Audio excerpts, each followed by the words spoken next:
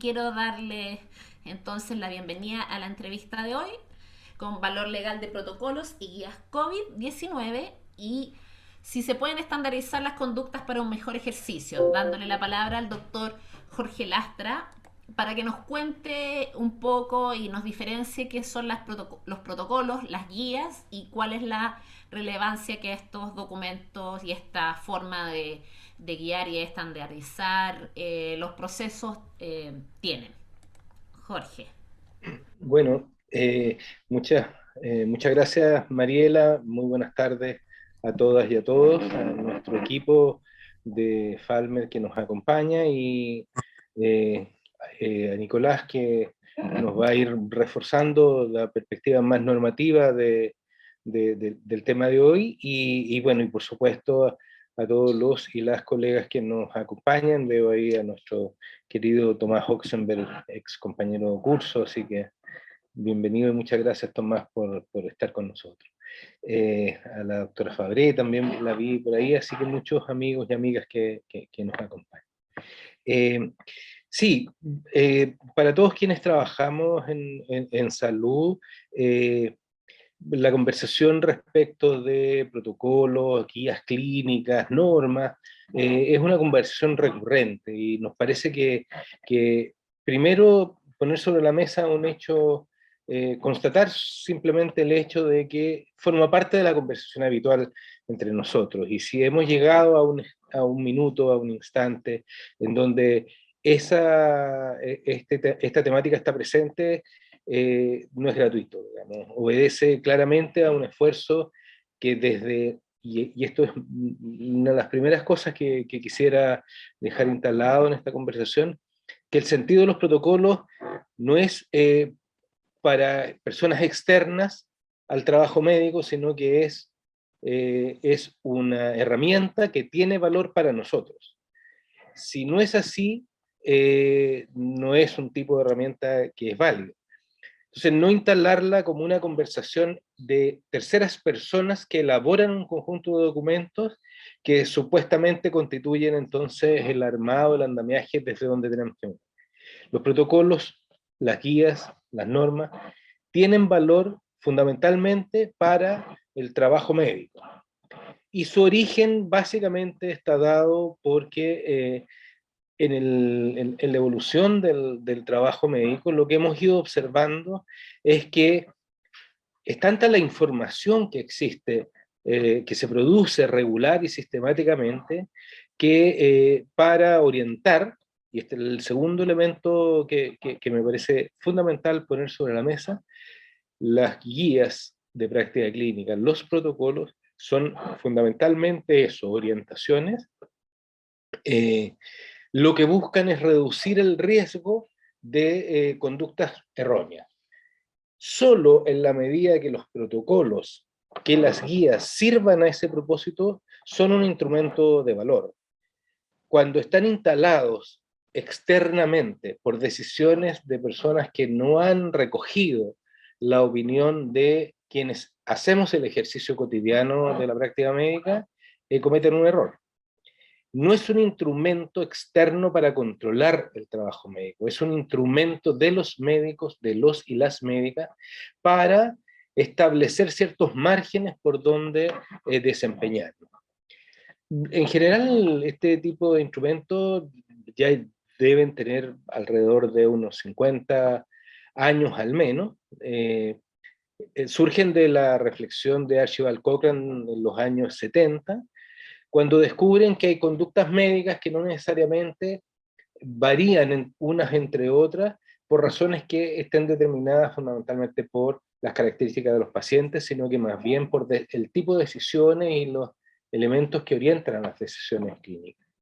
En virtud de ese escenario es que se plantea la necesidad de poner sobre la mesa la mejor evidencia que determine cuáles son las decisiones que desde el punto de vista probabilístico son las que generan mejores resultados, que tienen evidencias para asegurar resultados. Esa es su historia, ese es su origen y repito, es una herramienta de valor desde el punto de vista médico. En general, protocolos y guías de práctica clínica coinciden ambos que son instrumentos orientadores. Las guías de práctica clínica básicamente están orientadas a decisiones de carácter clínica frente a los pacientes, y los protocolos en general dan cuenta de orientaciones de conductas en relación a procesos en donde se incorporan tipos de procedimientos, algunos aspectos de relaciones entre los equipos, procesos que involucran la participación de más de un actor. Ambas tienen carácter de orientaciones, se han hecho particularmente importantes, yo diría, en función de dos hitos que han marcado la experiencia chilena. eh, lo, lo, la, el, el régimen de garantía, que estableció las guías de práctica clínica para identificar cuáles son las conductas adecuadas a los procesos clínicos, y también los procesos asociados a los cumplimientos de estándares de calidad, en donde la presencia de documentos institucionalmente válidos, tanto para el mundo público como para el mundo privado, son fundamentales a objeto de reducir los riesgos en una práctica que en general es riesgosa, que es la práctica médica. Las normas, y en eso probablemente Nicolás nos puede dar mucho más solvencia en la respuesta, tienen un carácter normativo más fuerte, son obligatorias. El caso, por ejemplo, de la notificación de enfermedades, de notificación obligatoria, valga la redundancia, en que son obligatorias, y la razón de su obligatoriedad está dada fundamentalmente por el manejo epidemiológico que debe estar asociado a la presencia de patología infectocontagiosa. Eso es lo que yo quisiera plantear de entrada en esta conversación, y podemos volver sobre otros aspectos más adelante. Muchas gracias, Jorge. Y claro, me gustaría darle la palabra a nuestro abogado para que nos cuente desde el punto de vista legal cuál es el peso que tienen este tipo de documentos, cuál es su valor legal y qué es lo que han dicho los tribunales en general respecto a qué peso tienen en el buen ejercicio médico y el criterio que Bueno, debe tomar el médico para sus decisiones. exactamente. Bueno, yo creo que lo relevante en este punto que ha planteado el doctor Lastra en forma súper clara, de que hay que entender el contexto en que los protocolos surgen y cuál es la necesidad de protocolizar conductas, ¿cierto? De estandarizar conductas. Y él da el clavo porque es la historia de los protocolos, ¿cierto? Cuando la sociedad empieza a avanzar, ¿cierto? En actividades mucho más complejas, pero que además generan riesgos, se deben adoptar conductas, ¿cierto? Para efectos de que los riesgos que son inherentes a estas actividades se puedan disminuir al máximo. Y en ese entendido, la medicina está sujeta a ciertos riesgos que evidentemente hacen necesario que estas conductas sean de alguna manera sean normadas, ¿cierto? Sean estandarizadas, hacer un análisis normativo de estas prácticas que en definitiva están constituidas por lo que son los avances científicos, el desarrollo mismo de la medicina, ¿cierto? Lo que es la farmacología, lo que es el abordaje, el conocimiento, prueba de lo que estamos viviendo hoy día, de que es tan dinámico, que es necesario irse ajustando de ciertos márgenes para efectos de que las conductas desplegadas con el ánimo, evidentemente, en pos y en beneficio del paciente, impliquen aquellas que de suyo son en sí riesgosas, evitarlo que se puedan manifestar o que se puedan de alguna manera extender más allá de lo razonable. Nosotros en el derecho no estamos ausentes de eso, porque se han construido teorías justamente que discurren sobre la base de cómo podemos imputar ciertos daños, ciertos resultados a ciertas conductas que son evidentemente más graves o más dañosas, ¿cierto?, que otras. Está la teoría de la imputación objetiva que nosotros manejamos en materia penal, ¿cierto?, que dice relación que hay que analizar cuál es la creación o disminución del riesgo que una conducta determinada establece, ¿cierto?, y si esa creación o disminución de un riesgo se concreta en un resultado. O sea, hay un análisis acabado a la luz de lo que son los riesgos, y que también nuestro marco normativo en Chile viene a reconocer esencialmente cuando se produce esta dictación, esta promulgación de la Ley de Derecho y Derecho de los Pacientes, que viene a hacer este cambio paradigmático en el ejercicio de la medicina en muchos aspectos, pero además porque en el artículo 4 de esta Ley de Derecho y Derecho de los Pacientes indica y reconoce lo que acabo de señalar y lo que el doctor Lastra planteaba, de que toda persona tiene derecho, así dice el artículo, que en el marco de la atención de salud que se le brinda, los miembros del equipo de salud y los prestadores institucionales cumplan las normas vigentes en el país y con los protocolos establecidos, ¿cierto?, en materia de seguridad del paciente y calidad de la atención de salud. La seguridad, volvemos a la seguridad versus riesgo, ¿cierto?, referente a materias tales como, ¿cierto?, enfermedades, infecciones hospitalarias, identificación y accidentalidad de pacientes, errores en la atención de salud y en general todos aquellos eventos adversos evitables según las prácticas comúnmente aceptadas. Y en el inciso segundo, ¿cierto?, hay algo que es de suma relevancia para efectos de entender cuál es lo que es el valor obligatorio desde el punto de vista normativo de los protocolos.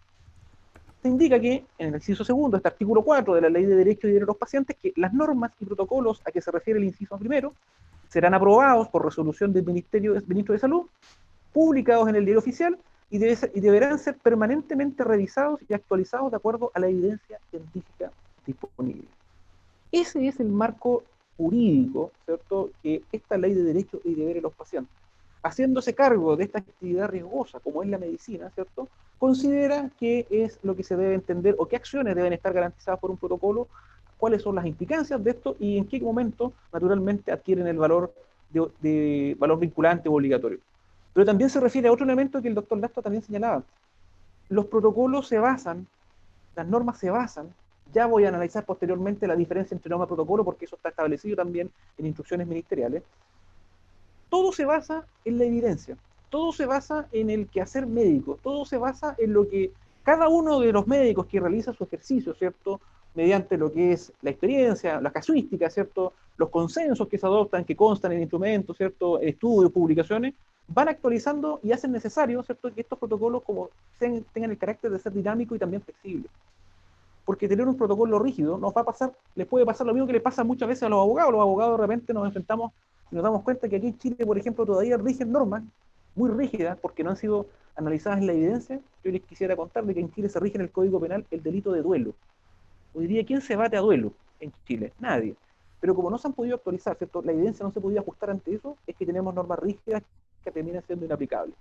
En cambio, en la medicina, ¿cierto?, y ahí cobra relevancia lo que dice el doctor Lastra, esta corresponsabilidad que tiene el médico de ser parte de la creación de las normas que van a guiar su propia conducta, su propia acción, su conocimiento puesto a disposición, ¿cierto?, de estandarizar para buscar, evidentemente, que la actividad que están realizando no le genere riesgos al paciente y también no lo involucre en eventos que pudiesen afectar desde el punto de vista judicial, ético, jurídico, ¿cierto?, lo que es el ejercicio de la medicina, porque, como decimos los abogados, nosotros decimos acá en el sur, a nosotros nos interesa que los médicos estén preocupados de hacer buena medicina, y no estén preocupados de los juicios, que no estén preocupados, ¿cierto?, de demandas que evidentemente estamos nosotros a cargo, pero que también genera una suerte de preocupación.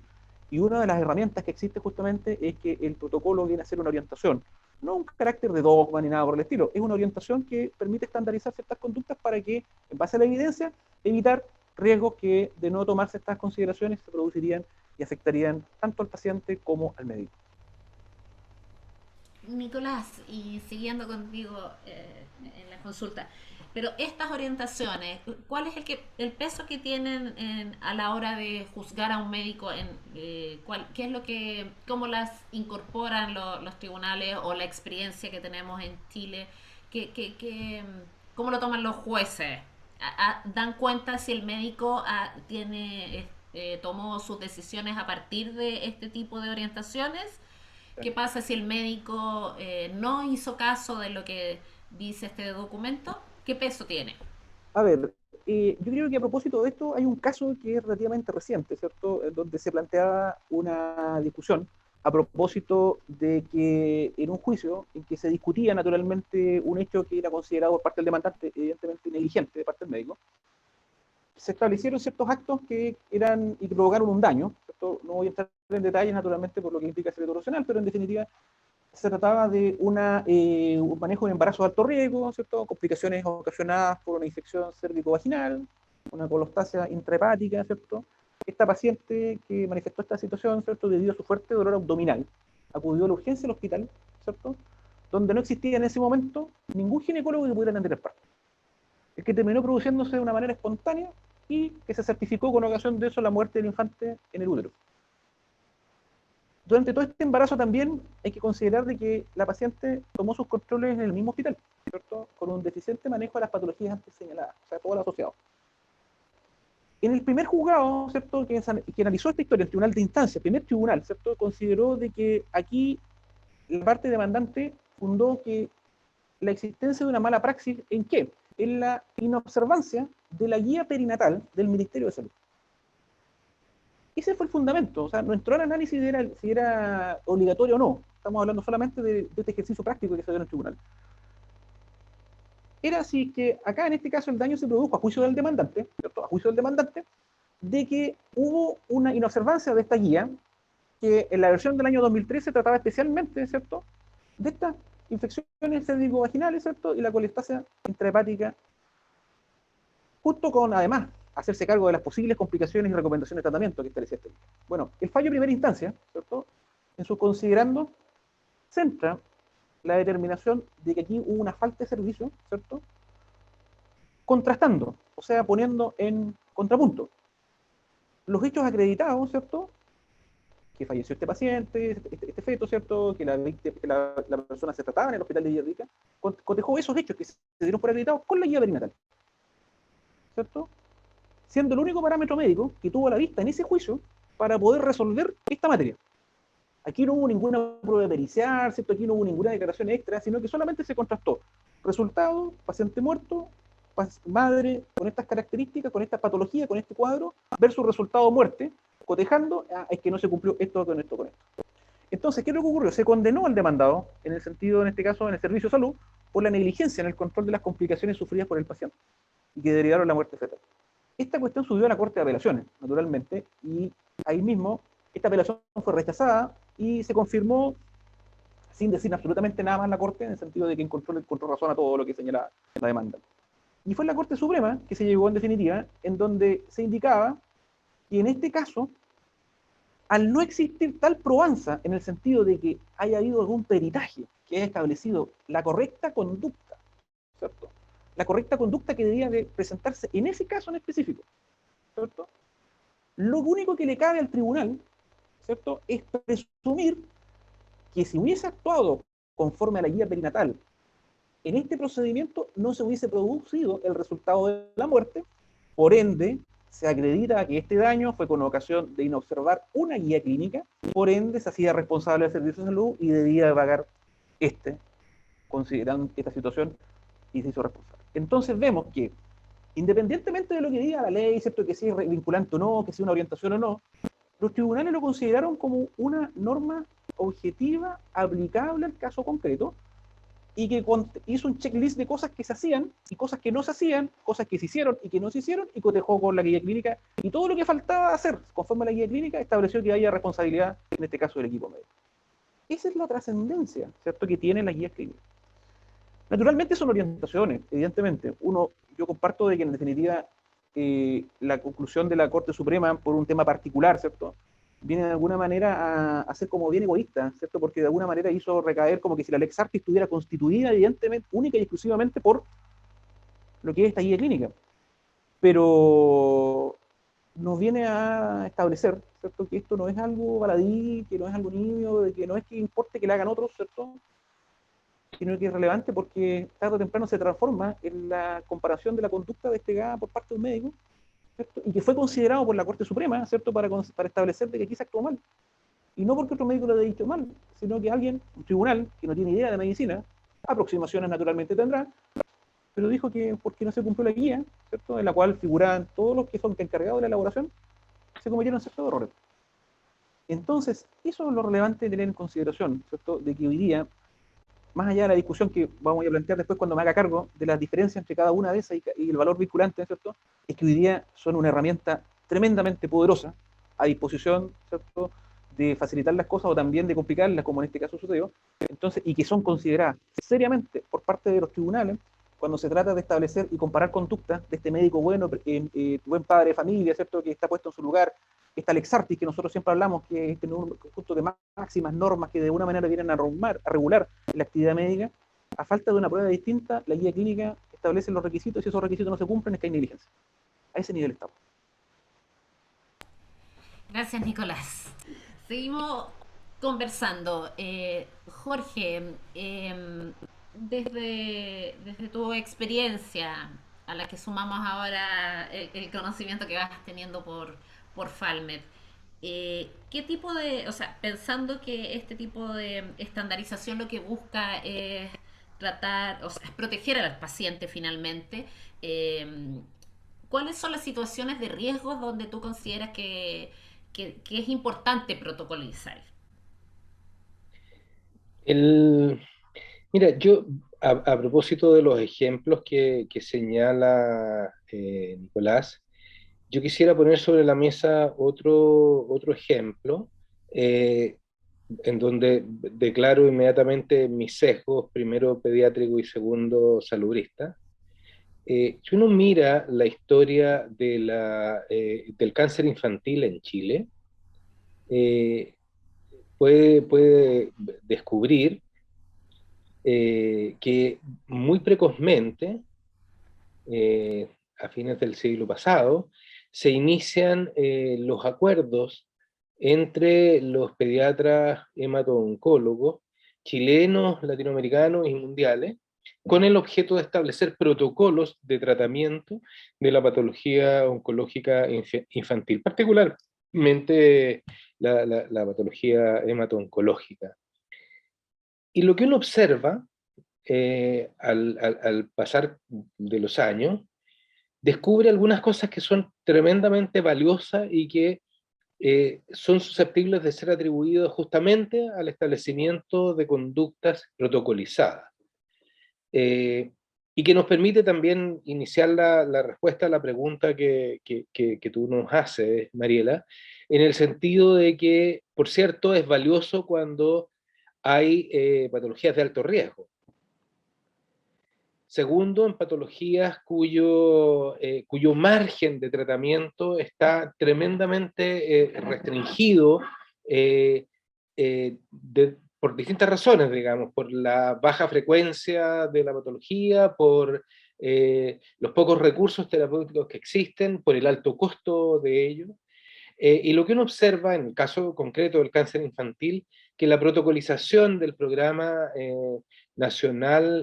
infantil nacional de drogas antineoplásicas, tuvo un impacto en la década del 80 y el 90 gigantesco, tanto por la disponibilidad de la droga, como por la existencia de protocolos que indicaban cuáles debían ser la conducta dependiendo de esos perfiles.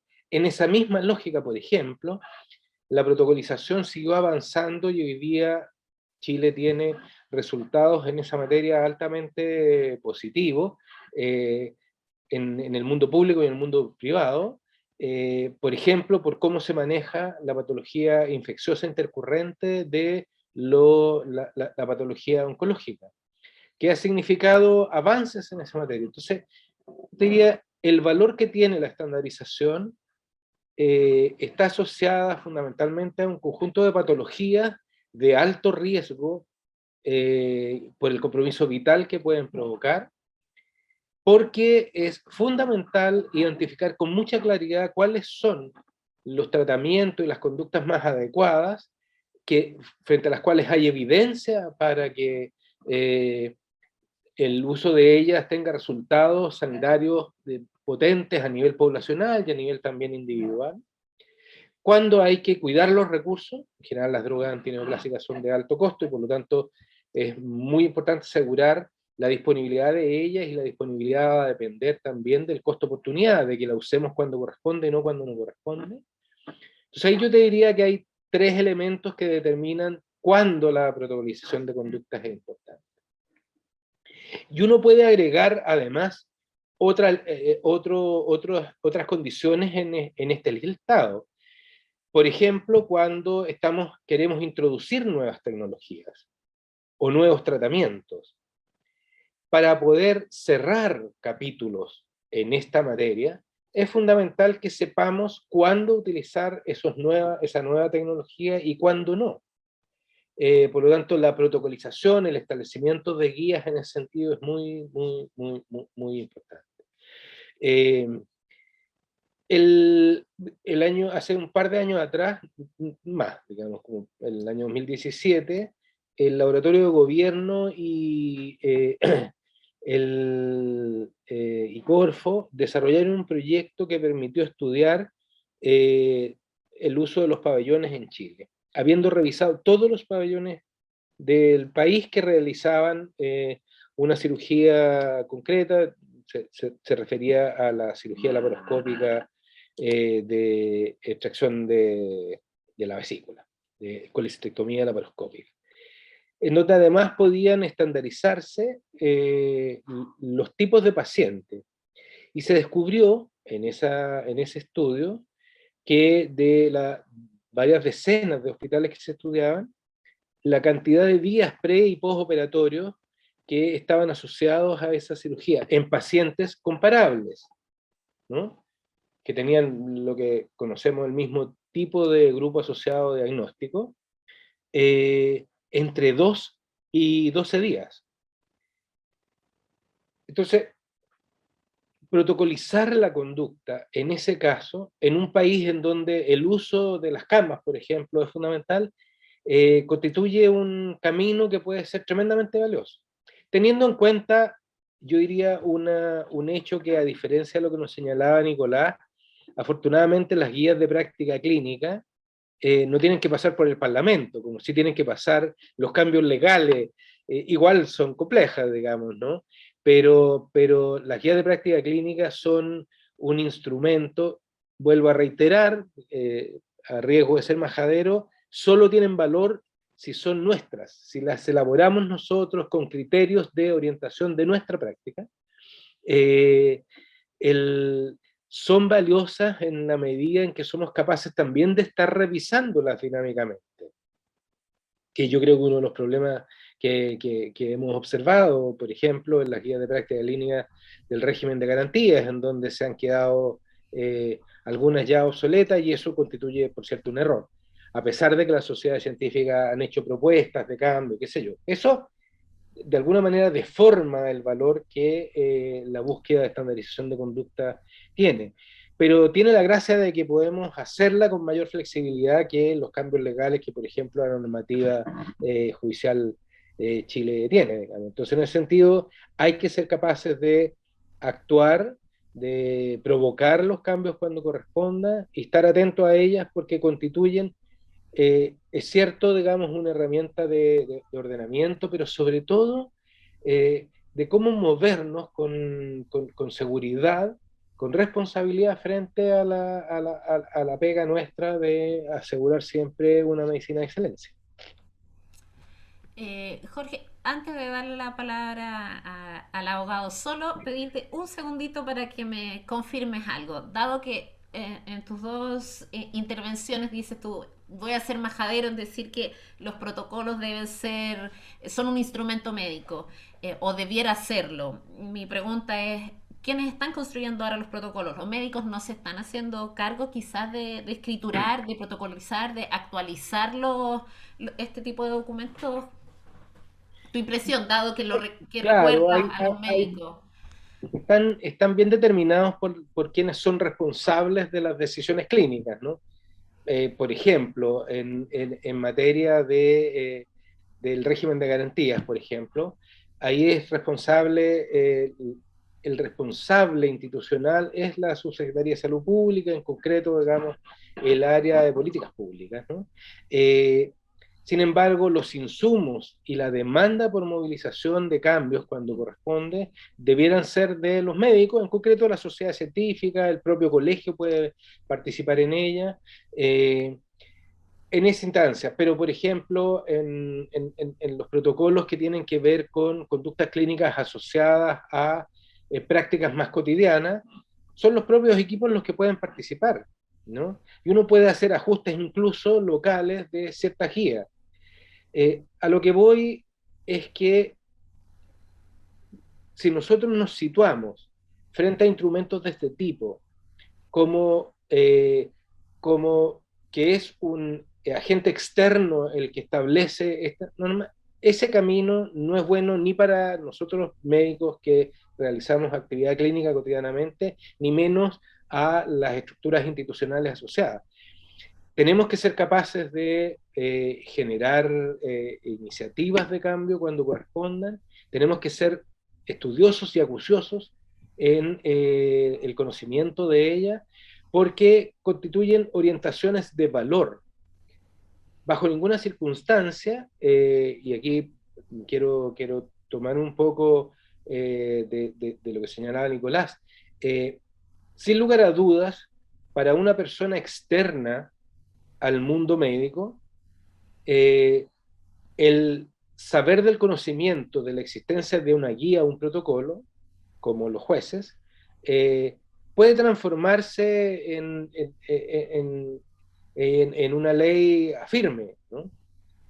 Sin embargo, somos nosotros finalmente quienes tenemos capacidades o debiéramos tener capacidades para mirar el valor de una orientación fijada por una guía de práctica clínica y la pertinencia.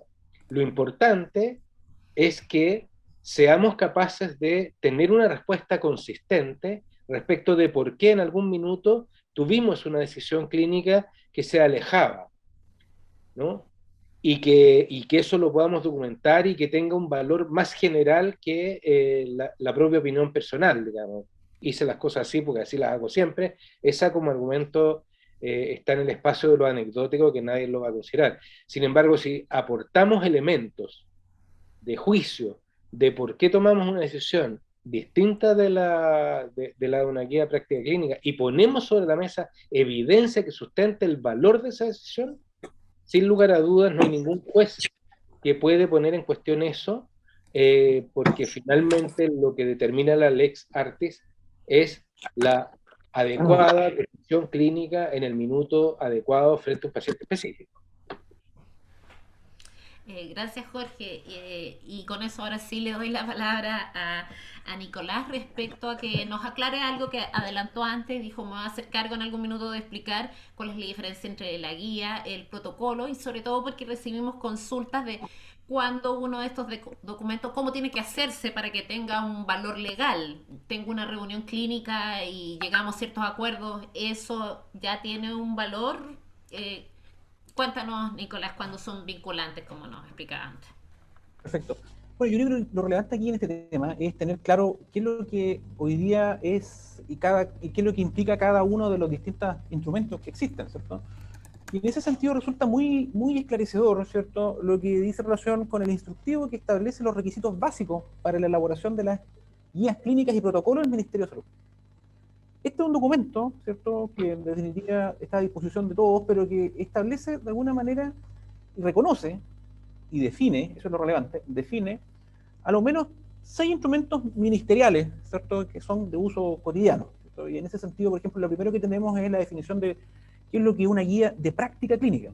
Entonces, para este instructivo, la guía de práctica clínica es cualquier conjunto de recomendaciones, ¿cierto?, cuyo objetivo sea apoyar la toma de decisiones de profesionales de salud o pacientes acerca de los cuidados de salud que resultan apropiados para circunstancias clínicas específicas, que considere la mejor evidencia científica disponible, identificada a partir de una revisión sistemática de la literatura. Eso es una guía práctica clínica. Después vemos la norma técnica sanitaria. La norma técnica sanitaria es un documento que impone una o más acciones de carácter obligatorio, cuyo cumplimiento está regulado a través de una resolución exenta emanada del Departamento Jurídico del MinSal, una ley u otro instrumento administrativamente válido, ¿cierto?, y se refiere directamente al manejo promocional, preventivo, diagnóstico, terapéutico o rehabilitador de un problema de salud.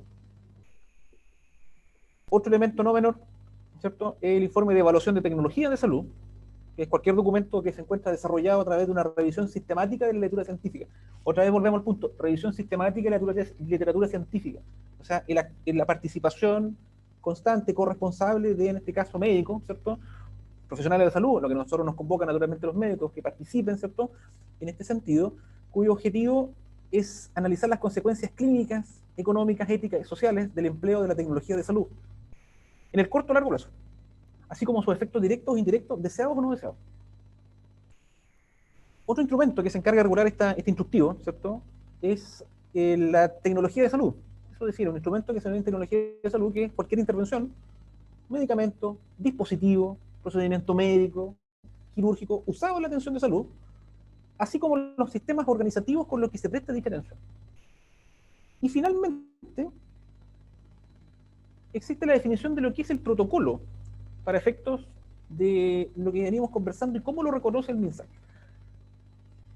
Para el MinSal, ¿cierto? En este instructivo, que es un documento que de alguna manera tiene una presunción de veraz porque de alguna manera emana de la autoridad, ¿cierto? Para el MinSal, ¿cierto? El protocolo son instrucciones sobre manejo operativo de problemas de salud, ¿no? Determinados, los que serán de carácter referencial. Dichos protocolos solo serán obligatorios, ¿cierto? Mediante resolución, en caso que exista una causa sanitaria que lo amerite. Esos son los instrumentos que hoy día se encuentran, ¿cierto?, de alguna manera reconocidos en este instructivo por parte del Ministerio de Salud, en donde encontramos a la base dos elementos que son sumamente esenciales, que independientemente del nombre, pero que son de alguna manera relevantes en esta materia. Lo primero es que se basan en todo momento en la evidencia, en la literatura, en los avances, ¿cierto?, que ha experimentado la medicina, por lo que cobra mucha relevancia el rol que asuman la comunidad médica a través de su sociedad científica, ¿cierto?, los distintos capítulos que forman en cada uno, ¿cierto?, para efecto de incidir en lo que dice relación con la creación de estas normas que son fundadas en la evidencia. Y el otro aspecto que es relevante, ¿cierto?, indicar es el aspecto que dice relación con que son orientaciones. Orientaciones que de alguna manera vienen a marcar un rumbo, pero que no obligan a seguir el camino. Y eso es sumamente importante establecer. Porque de alguna otra manera, el estandarizar ciertas normas de conducta, como lo señalamos al comienzo, busca prevenir riesgos. Y acá yo me voy a poner bien penalista para mis cosas, en definitiva, para efectos de alguna manera entender por qué de alguna forma estos son orientaciones y por qué de alguna otra manera la infracción a un protocolo, la infracción a una guía clínica per se, ¿cierto?, no representa o no constituye a priori una negligencia en lenguaje coloquial. Y para eso yo me sirvo de un instrumento que yo empleo en los tribunales de justicia litigando con esta materia, que es el instrumento justamente de una técnica normativa, que es una teoría que existe para efectos de establecer normativamente y relacionar ciertas conductas, ciertos actos y ciertos efectos, que es la teoría de la imputación objetiva. Y que es relativamente sencilla de explicar, ¿cierto?, para efectos de que me vayan como alguna vez siguiendo en la explicación. ¿Qué dice esta teoría en general? Bien en general, para efecto de empalmarlo después con el protocolo, con la guía clínica. Dice que ante esta conducta, estamos hablando de un acto médico, ¿cierto? Este acto médico crea un riesgo. Y este acto médico que crea un riesgo, para que pueda ser imputable, ¿cierto?, de alguna manera a este resultado, tiene que tratarse, ¿cierto?, de una concreción, ¿cierto? O sea, de que este riesgo se materialice en el resultado, en este riesgo creado. Entonces, si yo sigo el protocolo, ¿cierto?, de alguna u otra manera voy a estar asumiendo un riesgo que de alguna otra forma está regulado, ¿cierto?, que está aceptado, que está reconocido, ¿cierto? Y siguiendo el protocolo puede ocurrir incluso de que este riesgo se incremente o se consume. Si eso se produce, aun cuando yo haya seguido el protocolo, ¿cierto? En este caso, si yo sigo el protocolo y se produce y se consume este riesgo, definitivamente no hay nada que responder, porque se ajustó conforme al protocolo, ¿cierto? Esta acción riesgosa se transformó en un resultado que estaba de alguna manera propio, propicio o establecido a priori. Pero puede ocurrir, y esta es la hipótesis que genera yo creo que mayor inquietud, porque en definitiva, ¿qué es lo que pasa si yo veo o discrepo, como es una orientación, y actúo tal vez contra el protocolo? El actuar contra el protocolo per se no constituye un caso de infracción o de negligencia propiamente tal. Sí lo va a constituir, evidentemente, cuando esta conducta que no está ajustada al protocolo, o a la guía, ¿cierto?, cuando produce o crea un riesgo, ¿cierto?, y este riesgo, por no ajustarse al protocolo, se traduce en que se consuma en el resultado. Yo adopté una conducta que era riesgosa para el paciente, empleé un tratamiento que no estaba con suficiente evidencia. Y que la poca evidencia que existe, de alguna u otra manera, ¿cierto?, establece de que pudiese ocurrir algún problema a nivel de, estoy hablando súper en profano, no soy médico evidentemente, pero imaginémonos que esto pudiese provocar una alteración cardíaca que se pudiera traducir en un infarto, ¿cierto?, fulminante y la persona muere. De no seguir el protocolo, ¿cierto? Pero yo digo que lo voy a de todas maneras llevar adelante. Entonces yo creé un riesgo que no estaba amparado por este protocolo. Creé un riesgo porque me lo salía el protocolo y pudo haber provocado, ¿cierto?, o puedo ponerme en el escenario de provocar probablemente este infarto. Y justo, ley de Murphy o imputación objetiva, ¿cierto?, en este caso específico, ocurre de que justo el paciente fallece de un infarto del corazón. En ese caso, claramente, que el no seguir un protocolo creó un riesgo y que al consumarse el resultado, evidentemente que hay que atribuirle responsabilidad. Y eso en materia civil, en materia penal, yo quiero que me perdonen mis colegas naturalmente por lo poco pulcro en el lenguaje, ¿cierto? Pero entendiendo de que lo que buscamos es divulgar, grosso modo, cuál es el sentido y alcance de los protocolos definidos y reconocidos por nuestra, en este caso, el Ministerio de Salud. Y cómo en la práctica, habiendo tenido en consideración lo que conversábamos respecto a este caso que llegó a la Corte Suprema, en que el único elemento a considerar para establecer la conducta era una guía perinatal, versus la existencia de protocolos, cuando en aquellos casos en que los protocolos, aun cuando cumpliéndonos, pueden provocar, ponernos problemas, ¿cierto? O bien facilitarnos las cosas. Por eso que son orientaciones, porque puede ocurrir que incluso yo, no yendo contra el protocolo, ¿cierto?, no se produzca un resultado en definitiva. Claramente que conducirse conforme al protocolo es una zona de seguridad, porque de alguna manera voy a tener voy a tener resuelto un problema, que voy a actuar dentro de algo que en el fondo está consensuado, está validado, que tiene... Pero eso no es suficiente, cumpliéndose o no, para configurar responsabilidad o no sobre el caso particular. Espero haber sido bien claro, ¿cierto? O si no me quede claro, obviamente ya no a todo lo que es las aplicaciones, pero esa es como la bajada práctica de no seguir un protocolo. Una conducta, llevar adelante una conducta que no esté protocolizada, no necesariamente se va a traducir en una negligencia. Por lo mismo es que los protocolos son meras indicaciones y referencias, porque como hemos señalado anteriormente, lo que rige la conducta del médico es actuar conforme al ex artis, ¿cierto? Conforme a la práctica médica habitual, lex artis que es unívoca, en el sentido de que es, en el fondo, rige en el caso concreto, ¿cierto? Atendida a las circunstancias específicas, particulares y específicas del paciente. Entonces, en ese caso concreto, ¿cierto?, hay que ajustar las conductas conforme a lo que se tiene a disposición, y eso muchas veces no es estandarizable, no es exigible en forma como si fuese un dogma, sino que tiene que tener un grado de flexibilidad, entendiendo de que se trata de una ciencia que no es exacta, que tiene distintas variables y que no se pueden hacer cargo a través de un intento de normativizar todas las conductas humanas, sino que aquellas que son más riesgosas, como exige la medicina.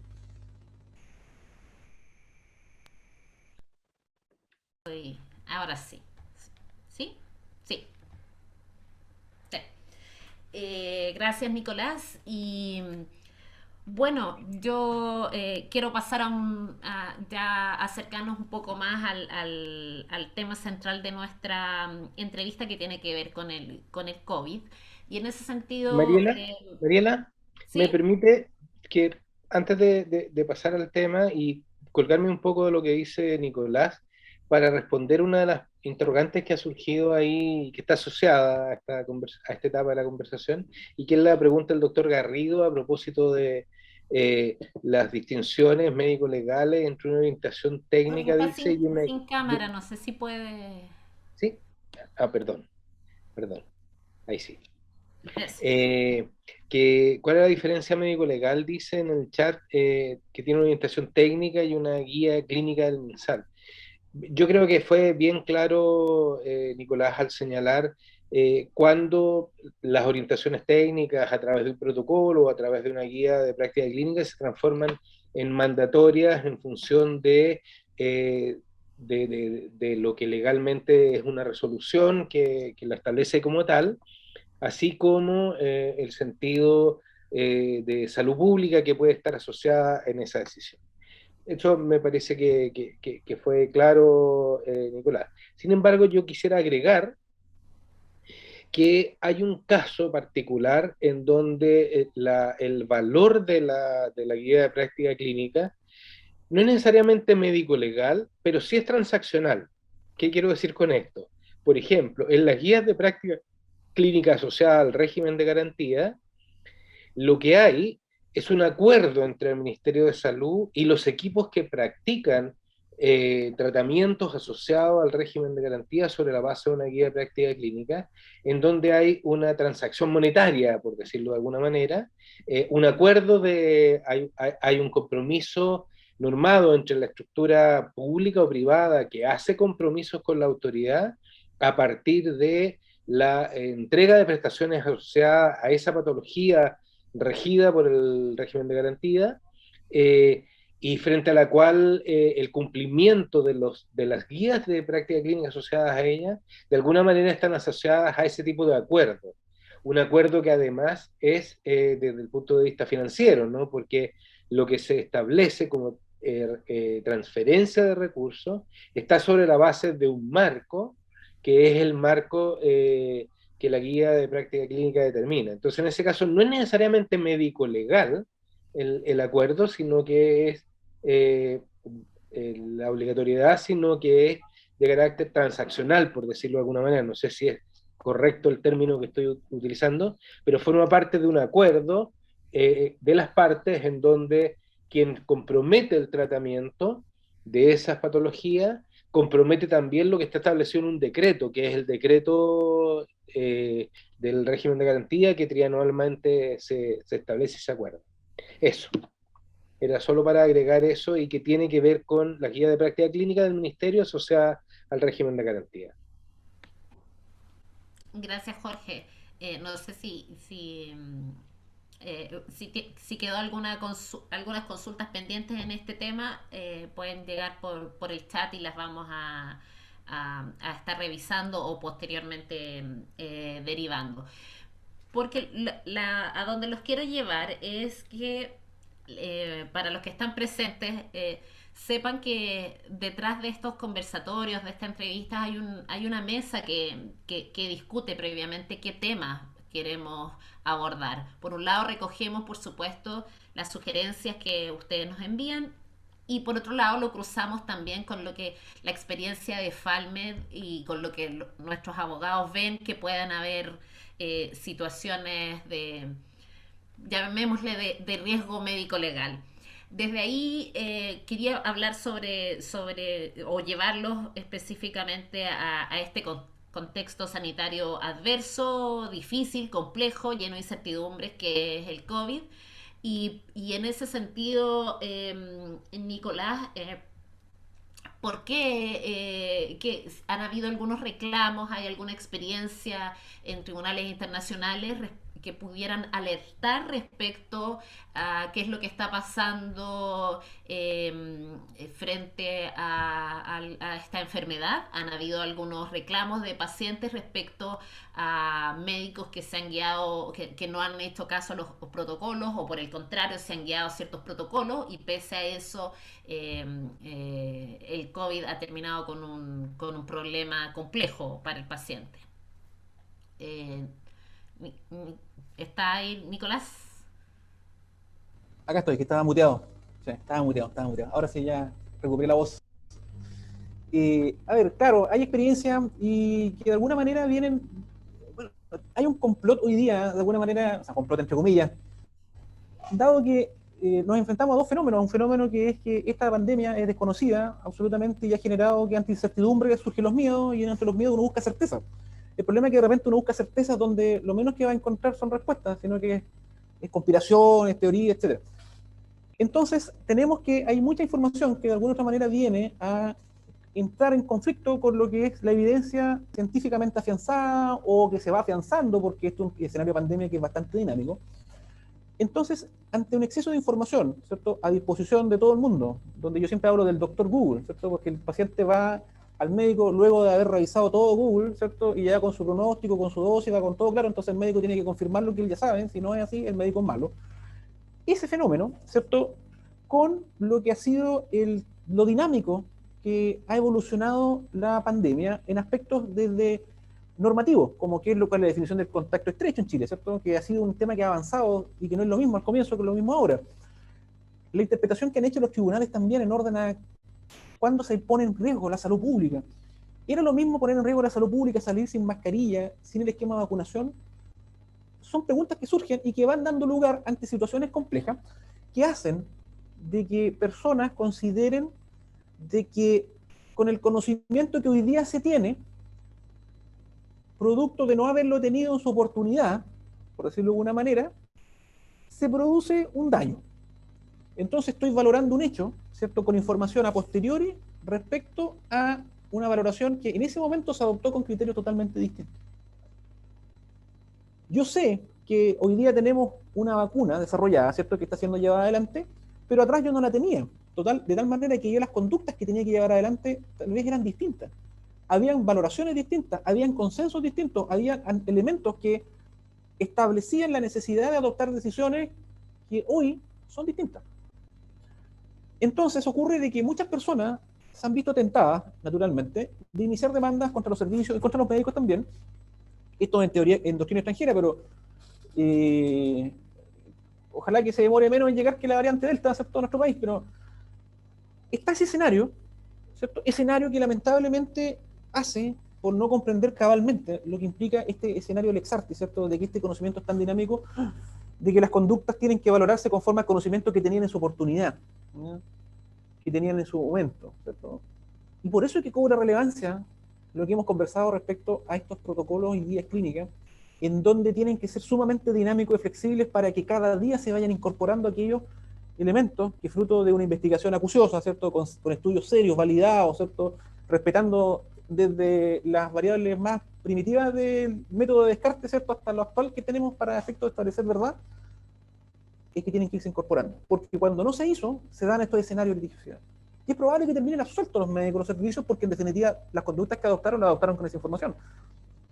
Pero, naturalmente, es más fácil, ¿cierto?, cuando esto va de alguna manera, como dice la ética, van chicoteados los caballos, ¿cierto?, van uno a uno, cabeza con cabeza, ¿cierto? Este avance reconocido en el protocolo, este avance reconocido en el protocolo, para que la conducta quede lo más estandarizada posible y de esa manera, ¿cierto? Si bien no podemos evitar muchas veces el escenario de judicialización, porque hay mil variables que concurren, ¿cierto?, pero estar en el mucho mejor pie para defender en el caso que se presente, porque creo yo que, y ahí a mí me hace mucho ruido, en serio, me hace mucho ruido lo que plantea el doctor Lastra en el sentido de que ustedes son los que hacen el exarti, ustedes son los que conocen el conocimiento, vale la redundancia, ¿cierto?, son los que están en in situ, los que han visto cara a cara al bicho, como dicen acá, ¿cierto? Ese conocimiento tiene que materializarse para que las decisiones que involucren al Estado, ¿cierto?, a los ciudadanos, tengan la evidencia actual que haga, primero, que las personas reciban lo que corresponde recibir conforme a los avances y que también los médicos actúen sobre seguro y no se vean expuestos a escenarios que lamentablemente nadie quiere. Yo naturalmente prefiero que los médicos, y ese es mi trabajo diario, naturalmente, que los tienen en los salas de tribunales, porque tienen que estar y que lo hacen de mejor manera.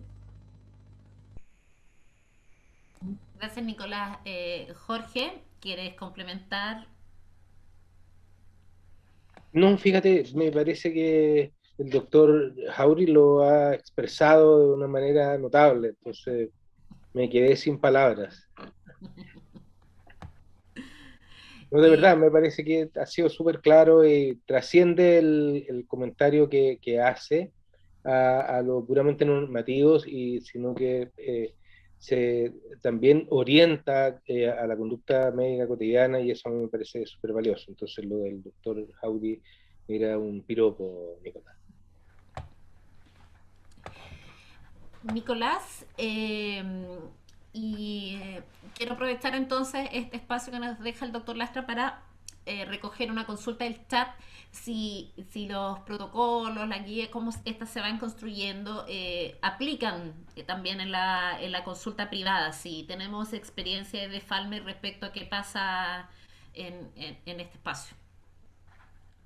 A ver, nosotros tuvimos una experiencia acá en la zona, en donde se trató del caso de una paciente que consulta con un cuadro que era bastante inespecífico para la consulta de su médico general de cabecera, ¿ah? Y en definitiva la conducta del médico que tuvo en su oportunidad era de que en realidad, como era bastante inespecífico, pero sí había un Bloomberg, ¿cierto?, lo urgente lo derivó a un establecimiento de mayor complejidad para efectos de que lo analizaran, lo categorizaran, la categorizaron CO, ¿cierto?, inmediatamente. Le hicieron el examen y en definitiva se determinó que esta paciente estaba acusando una pancreatitis aguda. El problema que tenía no era que fuera una pancreatitis aguda, bueno, que sí de suyo un problema, porque en realidad era una enfermedad bastante grave, ¿cierto? El problema era de que esta paciente era una paciente que era perteneciente al espectro autista, entonces era más complejo el abordaje. Entonces, lamentablemente llegó a centro asistencial, está en los tiempos en que efectivamente por los pics de un virus incisional había poca disponibilidad de camas críticas, naturalmente, en el hospital, y que tuvo que ser atendida en un pasillo, y lamentablemente la paciente termina falleciendo, ¿cierto?, porque no se adoptaron criterios que en definitiva debían adoptarse. Eso dijo el querellante, que nos adoptaron criterios que debían adoptarse. El problema es que nos encontramos en nuestra búsqueda activa, en nuestra defensa que tuvimos, porque los médicos los formalizaron, salieron de la tele, los matinales, fue una locura. Pero nos encontramos con una dificultad. La dificultad que teníamos nosotros era cómo era el abordaje que existía para efectos de establecer un manejo de una pancreatitis, ¿no? Es una pregunta que yo creo que la mayoría de alguna manera tiene la aproximación, pero nosotros deberíamos evidenciarlo, deberíamos establecerlo. Y nos encontramos con un consenso, ¿no? Porque en definitiva aquí lo que se imputó, bueno, fue tanto la capacidad de resolución del servicio, que en realidad no funcionó, pero también cuál fue la conducta que debía adoptar este médico ante este signo específico, que a nosotros dijimos evidentemente era lo que tenía que hacer, derivarlo a un centro de mayor complejidad para que se hicieran los exámenes. Pero llegado a ese centro también cayó en manos de otro médico, ¿cierto? Y que en realidad no pudo de alguna otra forma dar, porque en su defensa él planteó de que él, en cuanto funcionario público, ¿cierto? Y también con su consulta privada, no existe una guía que establezca cómo es el actuar correcto, respondiendo a la pregunta del cliente, ¿cierto? Siempre respondiendo a la pregunta del cliente, que puede establecer cuál es mi norma de conducta exigible. Lo que sí me era exigible era que, ante lo inespecífico, realizar ciertos exámenes, naturalmente, que permitiesen dar con un diagnóstico atendida a la gravedad de la categorización que llegó el paciente. Dicho eso, las guías clínicas, los protocolos, ¿cierto?, que están normados, ¿cierto?, para efectos de alguna manera orientar, son instrumentos que permiten, ¿cierto?, esencialmente al juzgador, cuando se presenta el problema, tener una noción de que en qué terreno me estoy moviendo. Dijimos que eran meramente orientadores, que no eran un dogma, ¿cierto? Pero que a nosotros efectivamente nos marcan un poco la cancha, pero nos dejan jugar fuera un poco, porque nuestra prueba determinante y esencial, consulta pública, privada, ¿cierto? FONASA o ISAPRE, como dicen otros, ¿cierto? Es que nuestra conducta está orientada en este caso para establecer que lo que hizo ese médico estaba conforme o no a la Lex Artes.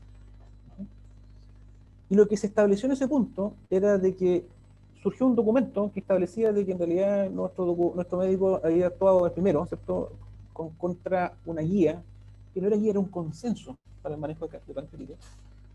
Pero nosotros salimos en nuestra defensa activa, encargamos dos peritajes, ¿cierto?, que establecieron de que, bueno, uno se encargaba de establecer, evidentemente, que las conductas que llevó adelante nuestro representado estaban bien hechas, o sea, no había ninguna falta, actuó conforme al examen. Pero también encargamos lo que se denomina un metaperitaje. ¿Ah? El metaperitaje busca establecer que este consenso, o se encargó de establecer que este consenso que andaba circulando, que apareció en Google nomás, estaba mal hecho. Desde que no estaba validado por nadie, ¿cierto? De que tenía el título, pero no tenía nada más, ¿cierto?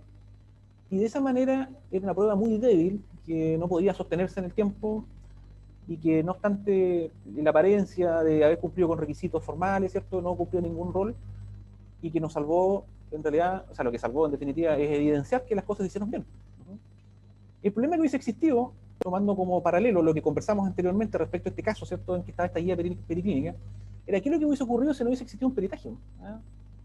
Entonces, ahí cobra relevancia, y este es el rol importante de los abogados de la Fundación, es que nosotros, aparte de analizar estas variables que son administrativas, de orden público, ¿cierto?, que se encargan de regular lo que es la función pública de salud sanitaria del Estado, es que el rol activo establece de que más allá de lo que diga la guía clínica, es que nosotros vamos a encargarnos de decir que usted, independientemente del protocolo, presta bien.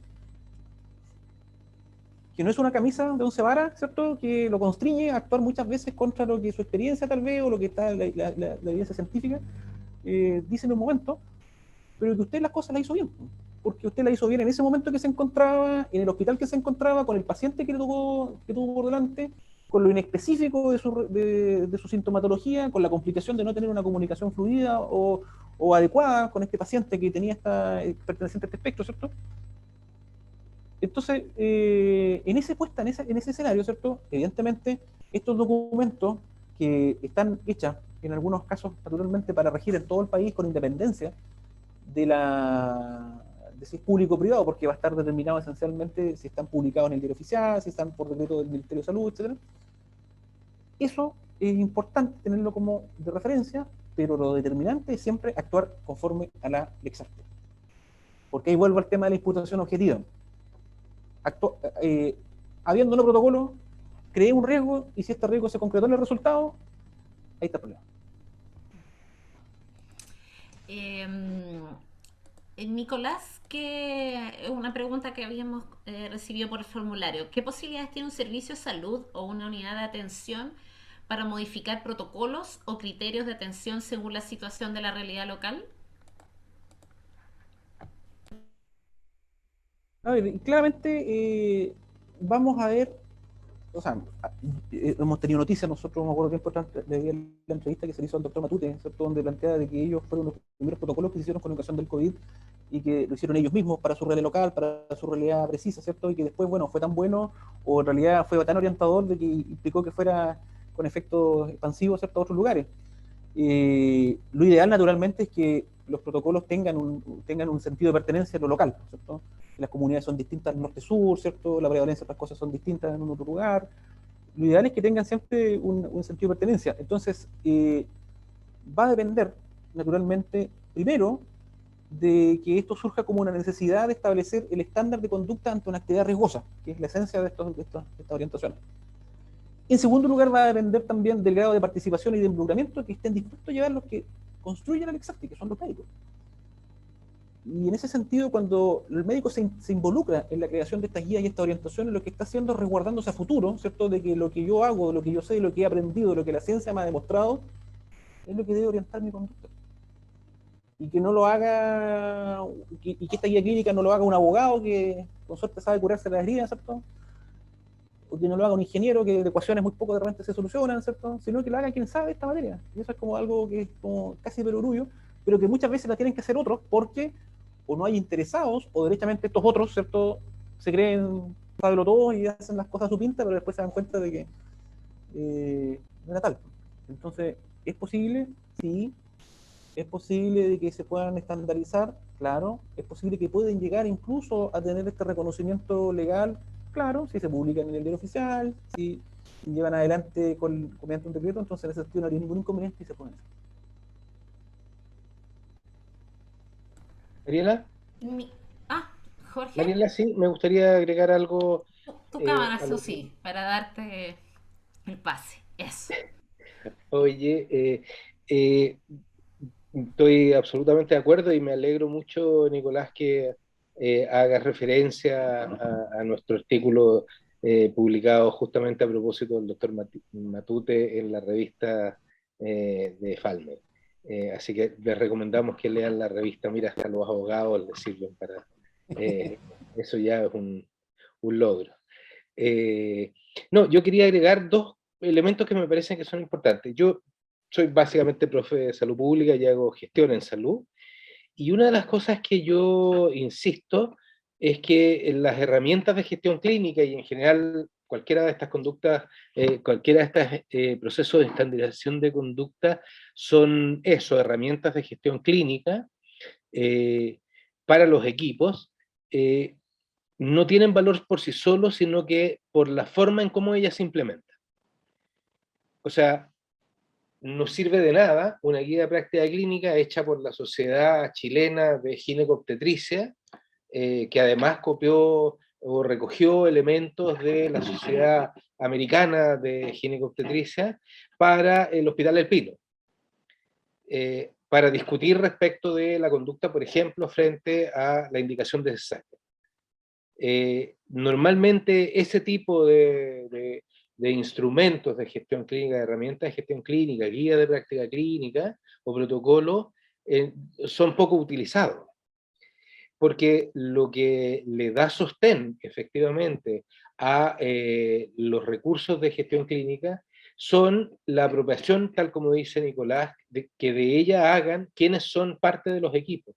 Sobre todo, porque cuando uno mira el patrón a través del cual se construyen las guías de práctica clínica, una de las cuestiones que plantean como desafío fundamental es conocer lo que se hace en la práctica, para generar a partir de esa práctica, primero la pregunta de por qué hago lo que hago, y luego cómo modifico esa práctica a objeto de obtener mejores resultados. Pero ese proceso es un proceso de transformación de equipos de práctica en equipos de aprendizaje. Y el desafío, a mi juicio, de la gestión clínica es introducir la práctica reflexiva en los equipos sobre el quehacer y a partir de ella, entonces, desde esa reflexión, generar los cambios que, a juicio del equipo, son necesarios para obtener mejores resultados en su quehacer clínico. Por lo tanto, plenamente de acuerdo con lo que dice Nicolás en el sentido de que las guías de práctica clínica debieran ser un desafío cotidiano de los equipos clínicos en su práctica, a partir de reflexionar de sus resultados, de su propia experiencia. La recursividad en ese análisis a mí me parece que es fundamental. Ese es un elemento. Y el segundo elemento es que no olvidarse, otra de las características que también ha sido señalada anteriormente, que es qué es lo que sostiene la estandarización de conductas para la toma de decisiones clínicas. Es la evidencia. Entonces la pregunta que tenemos que hacernos no es si un equipo puede o no generar cambios. Sí, tiene que hacerlo y tiene que ser activo en esa materia, pero para lograr que efectivamente cumpla el propósito, una de las características que aquello debe tener, además de reflexionar sobre la propia práctica y los propios resultados como un equipo que aprende, también tiene que ser capaz de colectar la evidencia que sostenga esos cambios. Y por supuesto allí hay ejercicios de ajuste que tienen que ver con las realidades locales, con el tipo de paciente que nos toca atender, con las distancias que tienen que recorrer, etcétera, ¿no? De manera que agregaría esas dos cosas. Uno, sí, es indispensable que los equipos participen, se involucren, pero que lo hagan a través de reflexionar de su práctica, pero también de colectar información que sea relevante a objeto de fundar las modificaciones que queremos hacer a esa guía de práctica clínica general. Y se transforman en tales simplemente por decisiones locales. Y ojo, en esta materia la distinción entre lo público y lo privado no debiera existir, puesto que lo que construimos como lex artis trasciende transversalmente a los espacios, o debiera trascender, ¿no? Porque acabamos de ver cómo en la clínica Las Condes le ponen la tercera dosis antes de que sea política nacional.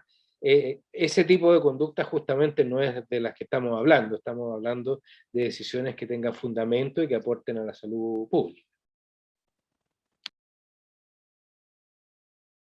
Gracias, Jorge. Nicolás, tengo otra pregunta. ¿Cuál es la responsabilidad que puede tener un médico? También nos la hicieron llegar.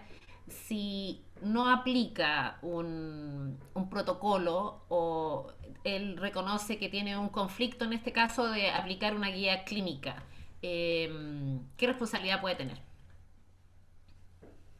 A ver, yo creo que hay que distinguir tal vez lo que es una responsabilidad él en cuanto a funcionario público, tal vez si lo fuera, ¿cierto? O bien donde estaríamos dentro del plano de lo que es la responsabilidad administrativa, ¿cierto? En que estas guías en cuanto a funcionario tienen un grado de validez más allá de lo que es la Lex Artis, ¿cierto? Versus lo que es el tema civil o penal, que dice relación con lo que es judicial propiamente tal. En lo judicial propiamente tal, creo que voy a insistir en el tema de la imputación objetiva. Si el no cumplir esa guía clínica genera un riesgo, el problema va a estar si ese riesgo se concreta en los resultados. Ahí evidentemente va a haber un conflicto y ese conflicto provocando un daño y se establece de que fue por este razonamiento, ahí no hay nada que hacer, o sea, hay que responder en ese contexto. Ahora, en el tema administrativo se puede plantear la situación en el sentido de que el grado de vinculante en cuanto a funcionario, ¿cierto? Porque se pudiese dar la hipótesis, ¿cierto?, de que él plantea, derechamente, que no puede cumplir esta norma por las circunstancias de que considero, ¿cierto?, de que no resulta aplicable, de que es nociva, de que puede afectar consideraciones que naturalmente se tuvieron en vista para tener con este grado de reflexión. Yo creo que en ese caso lo que no pudiese plantear es que de no hacerlo, en el evento de contradecir esta guía clínica, ¿cierto?, teniendo prevención con lo que ocurre con el daño que se puede ocasionar en materia civil penal, como señalé, ¿cierto?, es probable que pueda verse la situación de que se instruya un sumario, ¿cierto?, una investigación sumaria tal vez, ¿cierto?, para establecer el motivo que se tuvo en que un funcionario, estando obligado a cumplir una orden, ¿cierto?, de un jerárquico, ¿cierto?, o que resulta plenamente aplicable, en este caso tenga que responder por aquello, a menos también de que también en cuanto a funcionario público pudiese considerar de que el cumplimiento de esa guía, además de no ser pertinente conforme al Ex Artis, ¿cierto?, pudiese de alguna manera, pero esto ya requiere un análisis mucho más profundo, ¿cierto? Un análisis más normativo, pudiese de alguna manera estar dada porque se trata de una guía ilegal, por decirlo de una manera, donde está el derecho de representación ante el superior para efectos de alguna manera, poner a salvo su situación en el evento de que, estando así obligado a hacer la conducta en esos términos, ¿cierto?, no sean imputables estos resultados que se pudiesen generar con ocasión de, luego de este análisis profundo, naturalmente, que no es un análisis, como dicen los médicos, primero hay que ver los exámenes, ¿cierto?, antes de emitir un diagnóstico, pero sin ver los exámenes, como teorizando, es que podría plantearse ese escenario, ¿cierto?, de que no estaría cumpliendo una orden que es perentoria o bien que es vinculante absolutamente a los funcionarios de ese sector de servicio hospital que pudiese ocurrir. Gracias, Nicolás. Y bueno, ya nos vamos acercando a la hora de término. Yo no veo que hayan consultas pendientes en el chat. Así que me gustaría darte la palabra, Jorge, para que, no, que vayamos cerrando, entregando algunas recomendaciones respecto a, cuáles son las acciones entonces que consideras tú, reforzando la idea de que los médicos debieran, no con el ánimo de protegerse ellos, pero que sí es importante contar con un protocolo por escrito de esta acción. ¿Y qué pasaría cuando no está por escrito también? Que nos consultaban qué pasa si me encuentro con que existe un protocolo que se ha estado, que ya lo tiene incorporado un equipo, pero que no lo tiene por escrito. Algunas recomendaciones, Jorge, para ir terminando.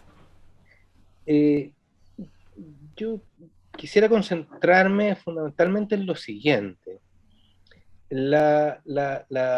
Y es lo mismo que nos han señalado insistentemente los abogados que forman parte de nuestro equipo, ¿no?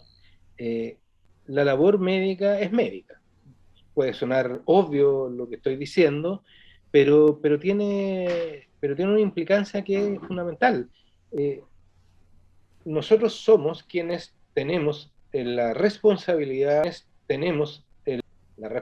legal también, de definir qué es lo correcto y qué no es correcto respecto de diagnóstico y tratamiento de nuestros pacientes.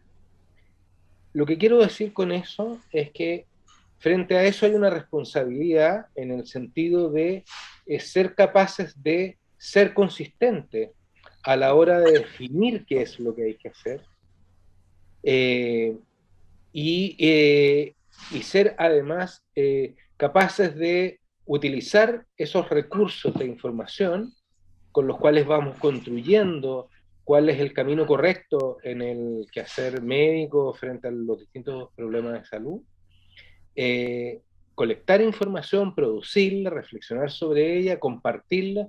Creo que es indispensable que quienes tenemos esta responsabilidad seamos capaces de darle vida a los distintos instrumentos que forman parte de los recursos que utilizamos, ¿no? La ficha clínica, los registros, el consentimiento informado, las reuniones clínicas, la auditoría clínica, etcétera.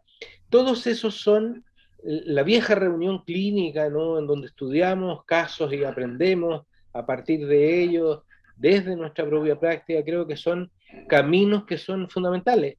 En este mismo contexto se ubican las estandarizaciones de conducta. Por lo tanto, no hay que temerle al proceso de estandarización, en tanto forma parte de una de las herramientas que nosotros podemos poner sobre la mesa para colaborarnos entre nosotros en cuáles son las más adecuadas decisiones clínicas, sin perder de vista finalmente que la responsabilidad frente al paciente también es individual y tenemos que ser capaces de ajustar esa mirada orientadora a las particularidades de los pacientes que nos toca atender cotidianamente. Pero no olvidarse que a la hora de llegar a esa decisión clínica, tenemos una cantidad de otros ricos experiencias clínicas que nos pueden ayudar a tener la mejor calidad de información a la hora de tomar las decisiones. Y por cierto, las guías de práctica clínica son un recurso de ese tipo. Si existen institucionalmente, tenemos que mirarlas críticamente, ser capaces de utilizar de ello aquello que nos parece relevante, poner atención sobre aquellas cuestiones que no nos parecen, y si no existen, tenemos todas las posibilidades de crear una base de información con evidencia que nos permita tener claridad en el conjunto de problemas que nos toca atender, cuáles son las decisiones clínicas más adecuadas. Pero eso no es solo un acto del minuto, es un proceso en el cual podemos, continuando con todo lo que son nuestros procesos formativos, llevar esos procesos formativos de crecimiento, tanto institucional como personal y profesional, en el quehacer cotidiano junto al equipo de salud, que es finalmente desde donde podemos enriquecer nuestros conocimientos. Eso, invitarlos a mirar estos recursos como recursos que están en nuestras manos, que los podemos construir para que sean elementos de colaboración y no una camisa de fuerza absurda que nos lleva a cometer errores simplemente por la rigidez de copiarlos.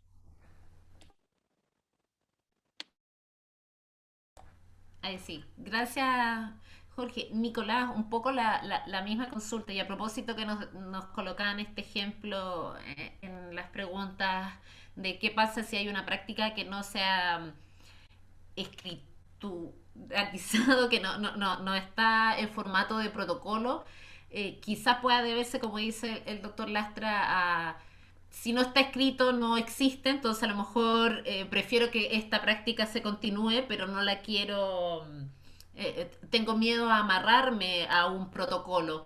¿Cuál es la recomendación que tú harías respecto de por qué sí puede ser una herramienta de seguridad para el paciente y para el propio médico el contar con estos protocolos? Tratándose de un protocolo que está actualizado, que recoge la evidencia, que día a día está siendo analizado críticamente por quienes contribuyeron a llevar este instrumento a su consagración, ¿cierto? Teniendo en consideración que esto surge para, como señalamos al comienzo, para evitar riesgos, ¿cierto? Que se consumen riesgos por una actividad riesgosa, una actividad más protocolizada, aparte de la medicina y la aeronáutica, ¿cierto? Porque son actividades muy riesgosas, ¿cierto? El tránsito está muy regulado, etcétera. Es que estos documentos, cuando de alguna manera se explicitan, vienen a ser como una carta de garantía para todos, ¿no? En el fondo, yo, paciente, si tengo acceso a esto, a priori sé, evidentemente, y esto está muy vinculado al consentimiento informado, ¿cierto? Está muy vinculado a lo que señalaba la ley, de que son conductas que van en seguridad del paciente, y como correlato, son instrumentos que están garantizando que de llevarse adelante un procedimiento por parte de un médico, de presentarse las complicaciones que, no obstante cumplirse el protocolo, no será responsable este. Desde ese punto de vista, claramente que es importante, pero insistamos sobre el valor que tienen estos en cuanto a que son recomendaciones, que muchas prácticas que están muy bien hechas, ¿cierto? Que no necesariamente están contenidas en documentos formales, pasados por autoridad, ¿cierto? Etcétera, constituyen el ex arte, ¿eh? Constituyen el ex arte y que de alguna manera, si bien no se podrán acreditar mediante lo que es acompañar un documento, ¿cierto? Ya sea en un juicio, en un sumario, etcétera, que establezca la norma de conducta, ¿cierto? Sí se puede, mediante lo que es el ejercicio mismo de la medicina, demostrar, acreditar. Y en ese sentido cobra relevancia lo que son los peritos, que en el fondo vienen a establecer qué es lo que correspondía hacer, o bien qué le correspondía hacer a ese médico, ¿cierto? En ese contexto específico, dado sus limitantes, sus complicaciones, sus materiales, ¿cierto? Su espacio físico y el paciente que tenía frente. Entonces, idealmente, ¿cierto? Uno podría pensar de que sería lo más conveniente desde un punto de vista de normativo, ¿cierto? De tener las conductas las que generan riesgo todas estandarizadas para que a priori se sepa realmente lo que es, pero entendiendo de que son orientaciones que están siempre sujetas a revisión, lo que uno tal vez propendería más es a hincarle el diente, por decirlo de una manera profana, ¿cierto? A aquellas actividades que necesariamente tal vez impliquen un riesgo mayor, ¿cierto? En donde existe evidencia abundante como para establecer, no un dogma, porque el dogma en definitiva lo descartamos, porque son orientaciones, porque están asociadas al caso concreto, al día a día, al momento preciso, pero que permitan de alguna manera avanzar en ciertas conductas que a priori saben todos que van a hacer y que son garantía para el paciente y que son tranquilidad para el médico. Y si no están escritas, existen otros mecanismos para probar que independientemente de eso se actuó bien, que no se actuó en perjuicio que no se actuó con imprudencia, no se actuó con negligencia, con impericia, ¿cierto? Por lo que no es algo que nos debiese que no es el fin en sí mismo, sino que esto tiene una finalidad, facilitar las cosas, pero si no se logra, tampoco impide que se puedan hacer las cosas bien. Gracias, Nicolás. Cuando ya son pasaditos las 8:30, que es nuestro plazo para realizar esta entrevista, quiero agradecer a ambos expositores el tiempo y a quienes nos han acompañado, pidiéndoles una última cosita que nos habían dejado en el chat el doctor Linsan, que decía, si alguien quiere profundizar un poco más sobre lo que hemos conversado hoy día, Jorge, ¿alguna recomendación de alguna parte donde se pueda revisar información quizás en internet, algún texto para conocer mejor? Mira, yo diría que hay dos fuentes que son súper útiles. Una es la Superintendencia de Salud, que tiene un conjunto de documentos y protocolos que se pueden revisar y que son tremendamente útiles, son muy orientadores. Ya Nicolás comentó los documentos del Ministerio de Salud en términos de evaluación de tecnología sanitaria y de cómo elaborar las guías de práctica clínica. A mí me parece que son fuentes suficientes y, y, y hay otra línea que me parece que es interesante, no exactamente asociada a esto, pero que es un camino súper valioso para grandes procesos clínicos, que son la, la, los manuales de guías de procesos asistenciales integrados, que yo me puedo comprometer a través de ¿cómo se llama?, de nuestra área de docencia e investigación para hacérselo llegar a todos quienes les interesen. Pero yo diría que son esas fuentes: Ministerio de Salud, guías de práctica clínica, cómo hacerlas y orientaciones para cómo desarrollarlas, y la superintendencia en todo lo que es materia de protocolos, que tienen un set muy amplio y valioso, más este otro documento que habla de que un documento español que habla de los procesos asistenciales integrados, que me parece que es súper bueno para mirar procesos más complejos. Eso. Perfecto, Bueno, gracias muchas Jorge. gracias. Aprovecho de despedirme inmediatamente de ustedes y de quienes nos han acompañado. Agradecerle a Nicolás, yo creo que ha sido tremendamente valioso su aporte, ¿eh? Así que muchas gracias. Y nosotros nos comprometemos a enviarles tanto esta entrevista que hemos grabado como la información que nos dice el doctor Lastra. Y desde ya, por supuesto, dejarlos invitados para que nos encontremos en 15 días más o que nos podamos encontrar también en nuestro sitio web, en nuestro Twitter, en nuestra página de YouTube, y que nos hagan llegar a través de estos canales de comunicación sus comentarios y sus sugerencias. Agradezco la importante participación de ustedes. Por favor, compártanos, recomiéndennos con sus pares, a quienes vamos a estar esperándonos. Acabamos también de sacar una nueva gaceta que está disponible en nuestro sitio web, que habla sobre la ley de derechos y deberes en torno a los derechos de salud en los niños, niñas y adolescentes. Así que también es un material reciente que esperamos que ustedes conozcan. Muchas gracias por habernos acompañado y sobre todo Nicolás, Jorge, Alejandra también por el apoyo, y nos vemos en 15 días más con otro tema de interés para el ejercicio médico profesional. Nos vemos. Hasta Muy luego. bien, chao.